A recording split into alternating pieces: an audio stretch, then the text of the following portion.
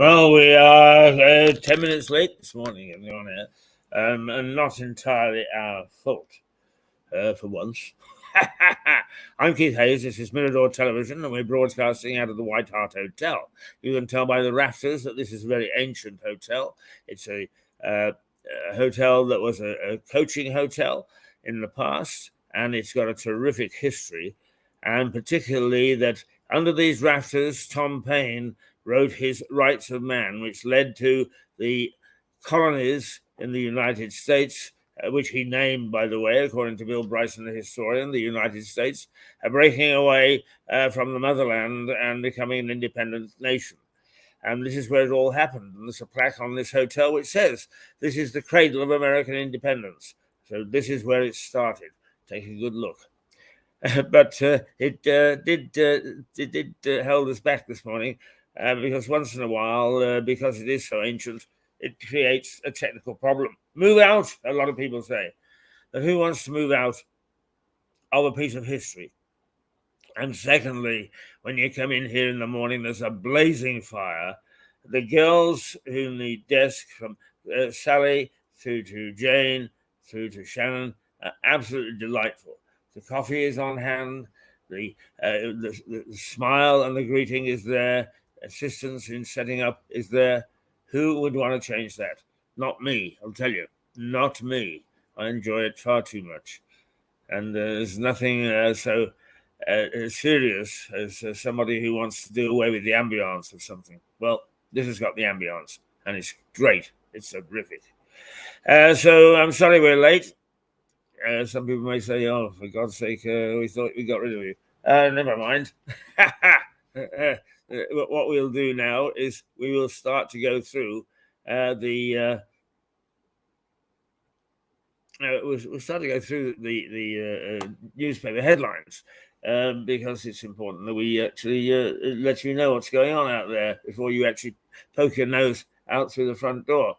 So the Metro say yes to end strikes, and many of Friday's papers lead on a deal reached between union leaders and the government that will give NHS staff a 5% pay rise from April, plus a one-off payment of at least £1,655. Well, how nice, how nice, how nice. And I think that we mustn't knock that deal because somebody offered me 1,600 quid now. I'd take it like a shot. I'd take it first and then I'd ask questions afterwards. I wouldn't for one moment think I shouldn't take it. But anyway, the NHS strike of nurses and medical staff seems to have been fixed, and they should be at it again on Monday morning, perhaps over the weekend too. Right, the Times. Unions back fare raise for 1 million NHS staff. So there they are, all beaming at the camera. They were ready to go on strike, and now it looks as if their trade unions for more than 1 million NHS staff who will get the pay rise as a result of the deal struck between the unions and the NHS. The paper says the NHS has been asked to fund the deal, but that the Treasury is expected to provide billions of pounds in extra cash. It says the extra money would mean, in effect, rewriting this week's budget. Poor old Jeremy. Poor old Jeremy. And he gave it yesterday. No, he didn't. Wednesday. The Daily Express. Victory for common sense and patience. The Express calls the deal a victory for common sense and says it must now be backed by union members. Well, it needs union approval, I guess, but it looks as if they reached a deal. The Sun, same theme. Carry on, nurse. Unions back 5% pay deal. Health unions have halted further strike action ahead of a ballot of other members on the deal. The paper says Prime Minister Rishi Sunak has welcomed the pay agreement as reasonable, but also reports that it is in the government's interest to make it a final offer. There you The Mirror goes, nurses deal at last. Finally, the government acts, but now it's time to help other key workers. And the Mirror says one union has described the deal as far from perfect, but also quotes Pat Cullen, the General Secretary of the Royal College of Nursing, saying it is real, tangible progress.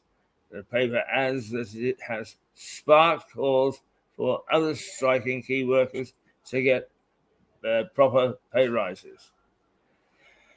The NHS pay deal signals end to wave of public sector strikes. Health Secretary Stephen Barclay has called on junior doctors who aren't covered by the agreement to end their own strikes and accept the same terms as this deal, the reports. The paper adds that Chancellor Jeremy Hunt has said the deal could lead to a wider settlement on public sector pay. Woo! The Daily Telegraph takes a different headline view. It says, it looks at pensions, and it says Labour's pension tax raid plan will hit millions.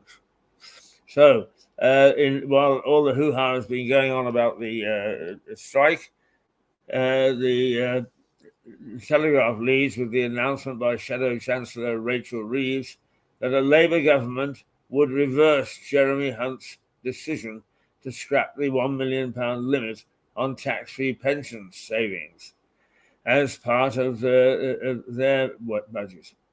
The paper says 2 million people would be affected by the move, and that it means the government's drive to encourage people back into the workforce is under threat. Oh dear, oh dear, oh dear. Oh dear, oh dear, oh dear, oh dear. The Financial Times, banks scramble to reassure investors and regulators that after the flight of deposits, it says. Well, now, is the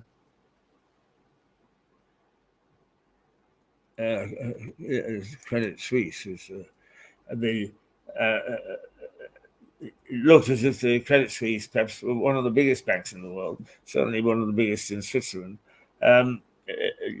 reported yesterday that it was in difficulties, and so that created the atmosphere for another huge financial crisis. So the banks scrambled to reassure investors and regulators after the flight of deposits. Struggling banks on both sides of the Atlantic have scrambled to reassure investors following a flight of deposits sparked by the collapse of US bank SVB, that is, and concerns about the health of Swiss giant Credit Suisse. As the FT reports, the paper adds that Credit Suisse shares rose by 19%, having earlier lost 30%, after it was confirmed that the Swiss central bank would provide a $54 billion liquidity lifeline. So there you go. The Guardian, excoriating report condemns Met Police over racist, sexist culture. Here we go again. It does seem that there are some problems with the police. No, come on. Let's be straightforward and open. There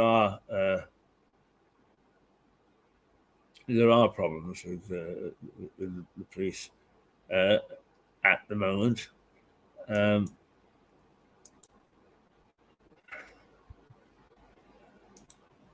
There we go. There I am. And what this report says is the Met Police is racist and sexist and has that culture within it. So the Guardian says the Casey report into the culture of the Met Police is due to be published on Tuesday and will describe the force as riddled with deep-seated racism. riddled with sexism and homophobia. Homophobia. So many homos nowadays. It's difficult to know where to go next. And it's down to the government to make clear Britain's biggest force is in the last chance saloon. Oh, dear me.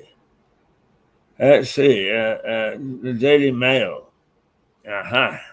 Now, the Daily Mail has got a different take on its front page. Oxfam has come under fire after assuring a new 92-page guide on inclusion language to its staff. Says the guide describes the word headquarters, for instance, as colonial, and suggests local may be offensive and say the oysters phrase that it's got now. People who have become pregnant should be used instead of expectant mothers. Oh yeah, you shouldn't say pregnant anymore. Just people who become pregnant instead of expectant mothers. I mean, it's all the woke stuff again. It quotes former Justice Secretary Robert Buckland calling the guide totally bizarre and and questioning whether it is a good use of the charity's time and resources. Well, this is something that goes on and on and on. Personally, I think that there should be root and branch reform in the charities. They have not covered themselves with glory, misusing funds and not particularly overseas, and not behaving in quite an appropriate manner. So Oxfam really, you're just the tip of the iceberg, I'm sure. And other charities have got to get their act together, start to act.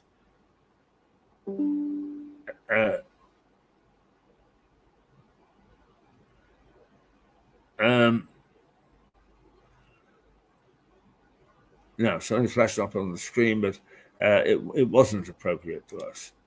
And where are we at the moment? 8:54. The Daily Star, who normally gives us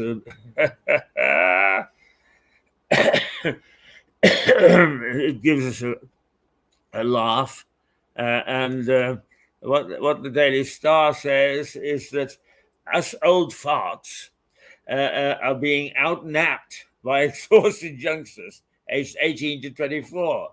It says that older people are being outnapped by exhausted youngsters who suggest half of Generation Z have at least one nap a day, and 17% of under 24s need two naps a day. So it says, okay, us old farts are outgunning them. We're not so down after all. Now, is there any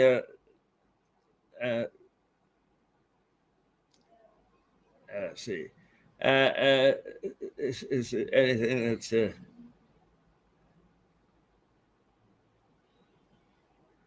I don't see anything terribly important in the local at all. Although I happened in the last couple of days, which makes me think there's perhaps something wrong with the feed, and we must take a look at that. But anyway, there's apart from the hotel burning down, there isn't much apparently to be reported. So there we are. There we are indeed. Right, okay. So it's now 8:56, and with any luck at all, we might just be able to show you. Let's see. Try to show you the weather. But once again, of course, it's Oh, hang on.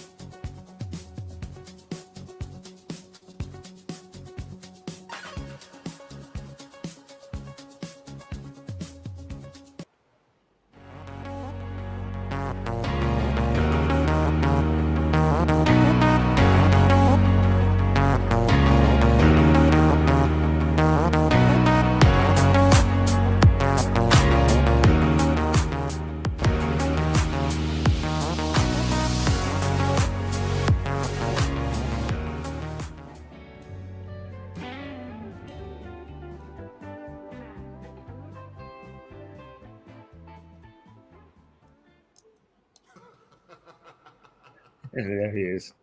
Ha ha ha ha ha. Oh, dear, dear, dear, dear. Right, okay. Well, that's mostly union talk. Mostly that the NHS strike seems to have been resolved, and let's hope that that is correct. It is now 8:58, and that romp through the front pages of the papers has taken us to within 2 minutes of us taking our first break. We take a break for half an hour, and then we come back with the more feature-like programs. But of course, we are on deck in case any other big news breaks, and we can bring that to you. Okay, they call me Mr. Keith, and so they should, little writers. But we are mainly covering limited stories today, but only because the news is limited. Nothing to do with us that we are being naughty or nasty or anything. So there we are. We'll be back in half an hour. It is 8:59, and it's going to turn 9 o'clock in a minute or two. Not in a minute or two. In a minute. Boy, we haven't got it really right this morning, have we? Let's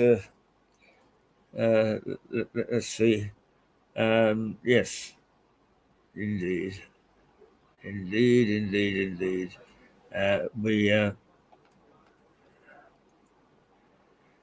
are ready to say toodle pip until 9:30 when we return.